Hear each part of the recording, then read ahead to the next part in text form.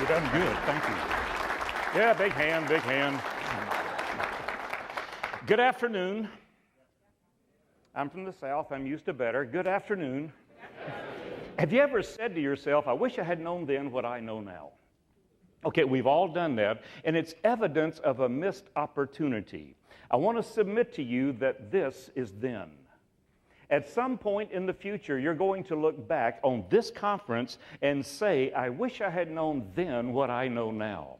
As you heard in the introduction, I've spoken about 3,500 times all over the world, all 50 states. I have never seen an organization with greater possibility or potential than what's in this room right now. I've not seen another organization with greater possibility and potential compared to what's in this room right now. But you need to understand, it's possibility and potential. It's not execution.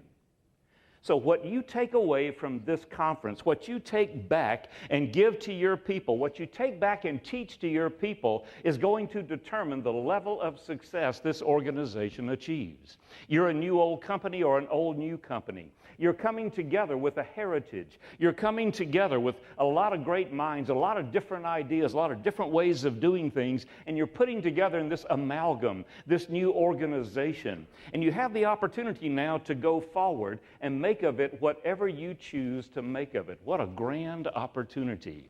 If you were the brass at United Technologies, if you were up at the executive level, the board or something, and you looked at this reorganization, reorganization is another word for reinventing. And companies that are not reinventing are dying. There is no stagnant position anybody can maintain in the market. If you were those executives and you were looking at putting this organization together, who would you decide to put at the top of it? A builder or a runner? A builder or a runner? Runners are those people who fine-tune the familiar. They take an organization and just kind of keep it going. Builders are those people who take nothing and make something out of it. They take it as high as they can. I was AT&T's top salesperson. I worked for that company for 15 years. I left them in the fall of 1982. They broke the company up in January of '83. I didn't realize I was that important, but I think the facts pretty much speak for themselves. They had 1 million employees, $66 billion in revenue, and they virtually went away for a number of years because they were trying to fine-tune the familiar. Let me just keep going at the same old rate. Let me see if there's not something we could do differently. We invented, when I was at AT&T, we invented the transistor and made nothing out of it. So when we look at these megacorps, we can't say that success is automatic. We can't say that our success is assured. What we have to look at is who's leading this pack and what is my role? What is my individual role? Have you ever heard the term middle manager? Do you know where that term came from? Caught in the middle. You have a leader up here who has defined success, and you have your salespeople down here, and implementation now is up to you. What will you do differently as a result of your time at this conference? What will you do differently as a result of your investment of your time, which you can never get back, in this conference? If we make no changes in our behavior, we can expect no changes in the results. As Bruce said earlier, the popular definition of insanity is doing the same thing over and over again and somehow expecting a different outcome. Who coined that phrase? Einstein said it. In fact, 2 of his last 3 bios quote him as having said it, which he did, but he actually got it from somebody else, a guy named Benjamin Franklin. Now, what do we learn from that? Human nature doesn't change. Human nature doesn't change. By show of hands, how many of you suspect the majority of your salespeople are human? Could I see your hands? I mean, there are days we question that. Is that correct?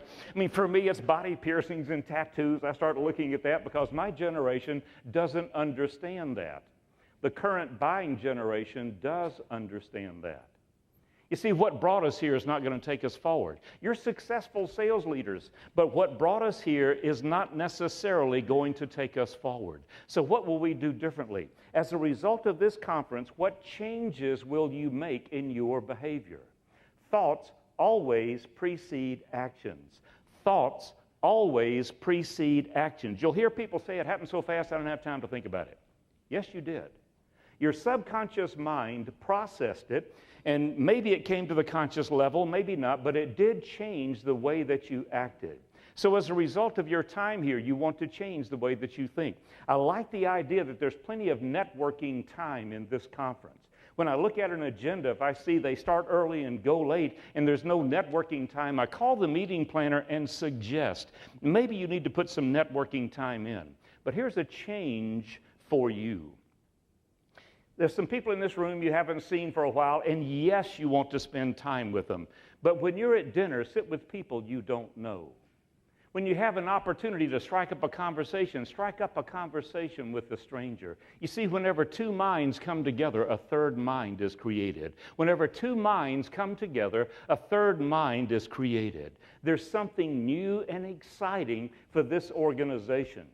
And you have a piece of that idea. And somebody else in this room has another piece of that idea. And as you start talking to them, those pieces will start coming together. But if I only talk to the people I've always talked to before, I'm not going to find that new element. I'm not going to find that thing that will make me different.